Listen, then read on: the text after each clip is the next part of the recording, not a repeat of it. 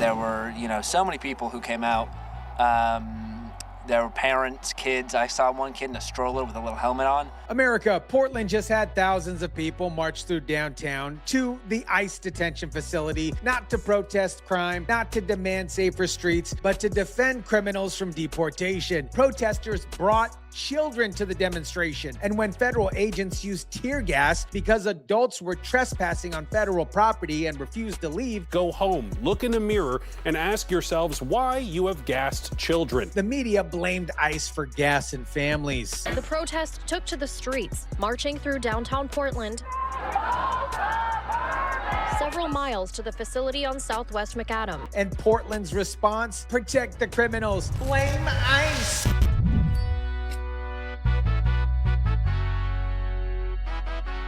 What is up, guys? Tyson, DeLaCruz here. Thank you so much for rocking with me. Let me show you exactly how Portland has become ground zero for defending criminals while attacking agents trying to enforce federal law. Let me walk you through what happened this weekend in Portland, because the scale of this operation is pretty insane. Thousands of protesters started at City Hall, then marched several miles through downtown Portland to the ICE detention facility on Southeast McAdam. Hundreds rallied outside City Hall, calling on local government to take action. ICE is only going to ramp up their violence more and more, and we have to kind of force the hand of City Council and the mayor to get them to revoke ICE's permits so they don't have this home base of operations in our city. Listen how they frame this: revoke ICE permit so they don't have a home base of operations in our city. They're talking about a federal immigration detention facility like it's an illegal business that needs to be shut down. But here's what they're actually protesting: ICE doing its job, deporting people who entered our country illegally, removing criminals who committed crimes on American soil. And Portland residents are outraged that federal law is being enforced.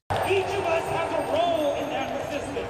But it's pretty amazing. This is a good turnout. Less than for the No Kings about so far, but it keeps going, so we'll see. Each of us have a role in that resistance. Resistance to what? Federal immigration law? You're not resisting tyranny. You're not fighting oppression. You're defending people who broke the law to get in our country in the first place. People who broke the law and are facing the consequences. Another gas-filled weekend outside the ICE facility. Kotek estimating 3,000 people joining in the march. You want to know who the real victims are? The residents who live across the street from the ICE facility. They're trapped in an affordable housing complex watching thousands of Portlander protests shut down their neighborhood, get tear gas filled in the air. They can't even leave their homes. Now let's talk about the most insane part of this story. Protesters brought children to the demonstration with helmets on, not teenagers, young adults, small children, babies, and strollers.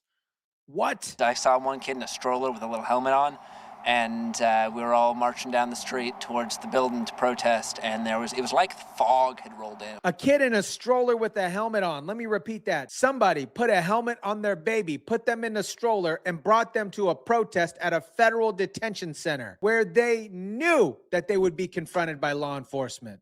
What? And when federal agents deployed tear gas because protesters were trespassing federal property and refused to leave, the media immediately blames ICE for gassing children. About 8 or 10 of them came out with guns, whatever the kind of guns they have, and flash bombs, and just started throwing them at the crowd. And it was just exploding everywhere, and it was like a war zone, honestly. We felt like we were under attack. We felt like we were under attack. You went onto federal property. You refused to leave when ordered. And then you act shocked when federal agents use crowd control measures. And we watched people crying, children, old people like me, everyone. It was awful. These people who live in affordable housing can't afford to move, and they're being terrorized by protesters who claim to care about vulnerable communities. Let me ask you a question. If you knew that there was going to be confrontation with federal agents, if you knew tear gas might be deployed, why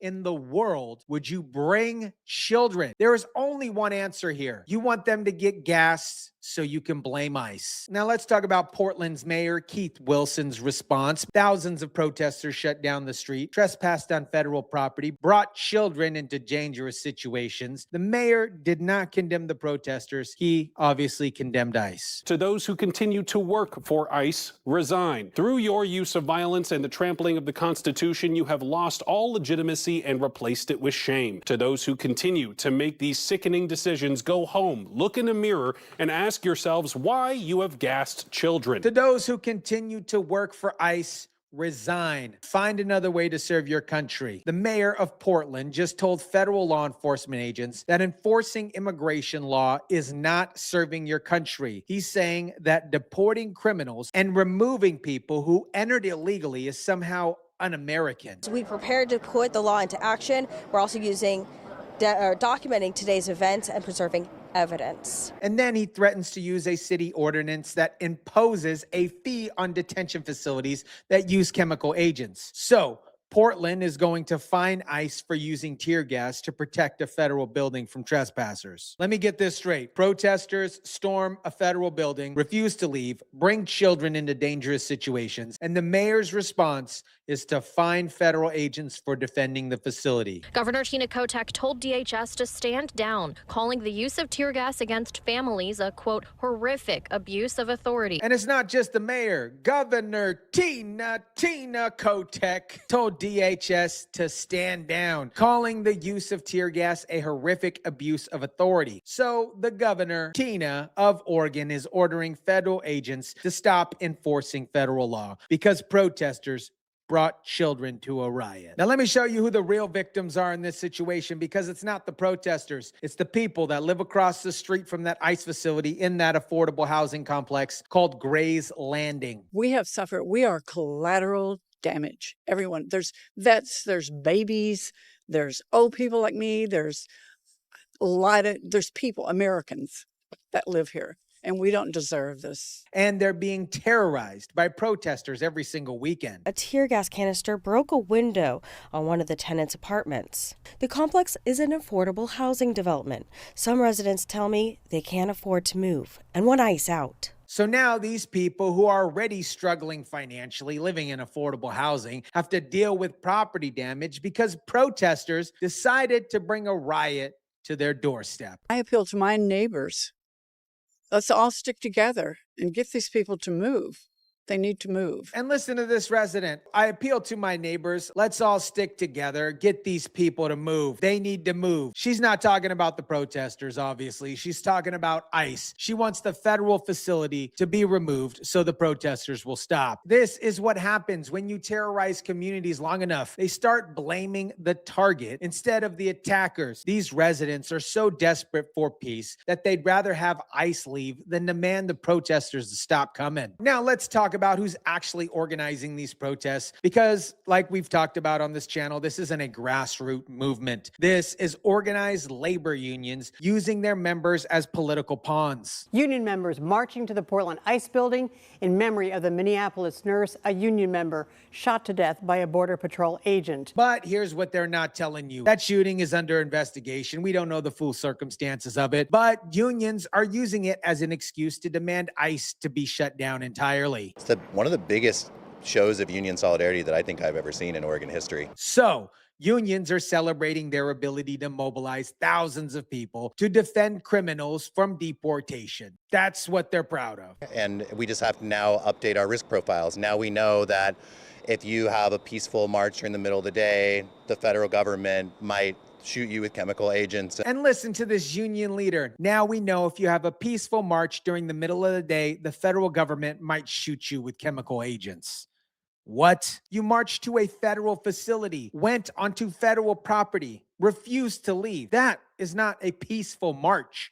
That is trespassing. And when you bring children into the situation where you know that they'll be confronted, you're using them as human shields. Here's what this is really about. Portland wants to be a sanctuary city where federal immigration law can't be enforced. They want ICE out. They want the detention center closed, and they're willing to terrorize their own residents to make it happen. ICE is only going to ramp up their violence more and more, and we have to kind of force the hand of city council and the mayor to get them to revoke ICE's permit. They're demanding the city council and mayor revoke ICE's permit. But here's the problem. ICE is a federal agency. Portland doesn't have the authority to shut down a federal detention center. This is political theater. This is what it is. It's designed to pressure the federal government and to pressure weak-minded people who see this. That ICE building doesn't just affect that area down on the south waterfront. They affect more than just even Portland. Listen to this protester. That ICE building doesn't just affect that area. They affect more than just Portland because ICE is enforcing federal law. That applies to the entire country. That's how federal law enforcement works. But Portland residents don't want federal law enforcement in their city. They want criminals protected. They want illegal immigrants shielded from deportation.